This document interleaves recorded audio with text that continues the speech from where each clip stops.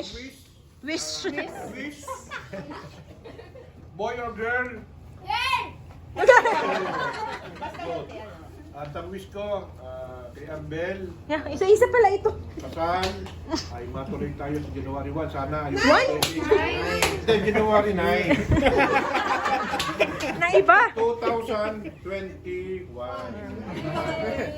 Tapos si Peg naman sa 2022, magsunod-sunod na yung mga apo. Okay, yan. Tapos yung work naman, thank you. Congrats! Bago mag-retire ay maritandaan, it's for mama. I love you all. Ay, wala ka pang wish, girl eh. Meron na. Boy or girl? Boy or girl I have? Girl! Okay. Eh, okay. Woo!